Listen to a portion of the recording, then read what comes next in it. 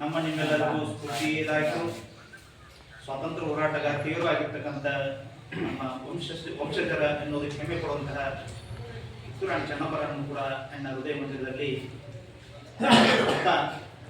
ಈ ಸಭೆಗೆ ಪೂರ್ವಭಾವಿ ಸಭೆಗೆ ಆಗಮಿಸಿರ್ತಕ್ಕಂಥ ನಮ್ಮ ಸಮಾಜದ ಎಲ್ಲ ಹಿರಿಯರನ್ನ ಯುವಕರನ್ನ ಎಲ್ಲರನ್ನೂ ಪ್ರಥಮದಲ್ಲಿ ನಿಮ್ಮೆಲ್ಲರೂ ಕೂಡ ಈ ಪೂರ್ವಭಾವಿ ಸಭೆಗೆ ತಮ್ಮೆಲ್ಲರಿಗೂ ಪೂರ್ವವಾಗಿರ್ತಕ್ಕಂಥ ಮೊದಲಾಗಿ ಸುಸ್ವಾಗತವನ್ನು ಕೊಡ್ತಾ ಇದ್ದಾರೆ. ಕಾರ್ಯಕ್ರಮದ ಉದ್ದೇಶ ಈಗಾಗಲೇ ಒಂದು ಪ್ರಥಮವಾಗಿರ್ತಕ್ಕಂಥ ಸಭೆ ಪೂರ್ವಭಾವಿ ಸಭೆ ಇದೆ. ಇದು ಎರಡನೇ ಪೂರ್ವಭಾವಿ ಸಭೆ. ಕಾರಣಾಂತರಗಳಿಂದ ಪ್ರಥಮ ಪೂರ್ವಭಾವಿ ಸಭೆಯಲ್ಲಿ ನಾನು ಕೂಡ ಆಗ್ಲಿಕ್ಕೆ ಆಗಿರಲಿಲ್ಲ. ಅದಕ್ಕೆ ಮೊದಲಾಗಿ ನಿಮ್ಮೆಲ್ಲರಿಗೂ ನಾನು ಅದರ ವಿಷಾದವನ್ನು ಕೇಳ್ತಾ ಇದ್ದೇನೆ.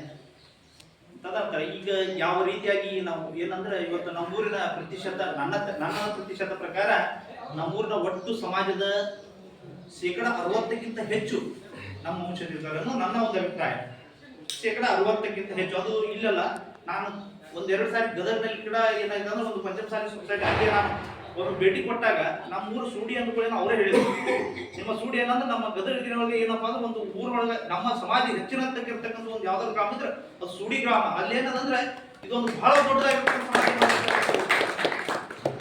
ಕಾರಣ ಕೂಡ ಅದ. ಯಾಕಂದ್ರೆ ನಮ್ಮೂರಿನವರೇ ಆಗಿರ್ತಕ್ಕಂಥ ಶ್ರೀ ಶಿಕ್ಷಣಪ್ಪ ಬಿಜುಳಸಪ್ಪ ಅವರು ನಮ್ಮ ಏನಾಗಿರ್ತಕ್ಕಂಥದ್ದಂದ್ರೆ ಸಮಾಜದ ಅತ್ಯುನ್ನತವಾಗಿರ್ತಕ್ಕಂಥ ಶಾಸಕ ಸ್ಥಾನವನ್ನ ಗದಗ್ನಲ್ಲಿ ಇರತಕ್ಕಂಥ ದೊಡ್ಡ ಸ್ಥಾನವನ್ನು ಹೊಂದಿದ್ದಾರೆ.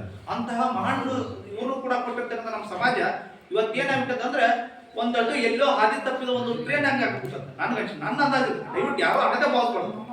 ಇವತ್ತೇನಾಗ್ಬಿಟ್ಟದಂದ್ರೆ ಇದಾಗ ಅದು ಕೂಡ ಒಂದು ಹಾದಿ ತಪ್ಪಿ ಟ್ರೈನ್ ಹೊಂಟೆ ಆ ಟ್ರೈನ್ ನಿಲ್ಲಿಸ್ಬೇಕಾದ್ರೆ ಏನಾಗ್ಬೇಕು, ಒಂದು ಗಟ್ಟಿ ನೆಲೆ ಬೇಕಾಗಿದೆ. ಅದರ ಗಟ್ಟಿ ನೆಲೆಗಳಂದ್ರೆ ಟ್ರೈನ್ ಅದವು ಎಲ್ಲದವು, ಬಟ್ ಆ ನಿಲ್ಲುಗೊಂದು ನಿಲ್ದಾಣ ಬೇಕಾಗಿದೆ. ಆ ನಿಲ್ದಾಣ ಅಂದ್ರೆ ಸಮಾಜಕ್ಕೆ ಒಂದು ಬುನಾದಿ ಅಂತ ಬೇಕಾಗಿದೆ. ಆ ಬುನಾದಿ ಆಗ್ಬೇಕಾದ್ರೆ ಮೊದಲನೇದಾಗಿ ನನ್ನ ಅಭಿಪ್ರಾಯ ನಮ್ಮ ಪಶ್ಚಿಮಸಾಲಿ ಸಮಾಜದ ಸಮುದಾಯ ಭವನ ಮಧ್ಯೆ ನಮ್ಮೂರಲ್ಲಿ ಆಗ್ಲೇಬೇಕು. ಏನೋ ಒಂದು ಸಮಾಜವನ್ನು ಗುರುತಿಸಿ ಮಾಡ್ಬೇಕಾದ್ರೆ ಆ ಊರಿನ ಸಮಾಜವನ್ನ ಅಲ್ಲಿ ಇರ್ತಕ್ಕಂಥದ್ದು ಅಳಿಬೇಕಾದ್ರೆ ಅದನ್ನ ನೋಡ್ಬೇಕಾದ್ರೆ ಮೊದಲನೇದಾಗಿರ್ತಕ್ಕಂಥ ಅದಕ್ಕೆ ಮೂಲ ಕಟ್ಟಡವನ್ನ ನೋಡ್ತಾ ಇದ್ದಾರೆ. ಅದಕ್ಕೆ ನಾನು ನಮ್ಮ ಊರಿನ ಹಿರಿಯರಲ್ಲಿ ಮತ್ತೆ ಏನು ಉನ್ನತ ರಾಜಕಾರಣಿಗಳಿದ್ದಾರೆ ಅವರಲ್ಲಿ, ಏನು ಪಂಚಾಯತಿ ನಮ್ಮ ಸದಸ್ಯರು ಅವರಲ್ಲಿ ಎಲ್ಲರಿಗೂ ಕೂಡ ನಾನು ಮೊದಲನೇದಾಗಿ ಏನಾಗಿತ್ತು ಒಂದು ಕಳಕಳಿಯ ಒಂದು ವಿನಂತಿಯನ್ನು ಕೇಳ್ತಾ ಇದ್ದೇನೆ. ಮೊದಲನೇದಾಗಿ ನಮ್ಮ ಊರಿಗೆ ಸಮುದಾಯ ಭವನ ಕಟ್ಟಡದ ಬಗ್ಗೆ ನೀವೆಲ್ಲರೂ ಕೂಡ ಪೂರ್ವಭಾವಿಯಾಗಿ ವಿಚಾರ ಮಾಡಬೇಕು.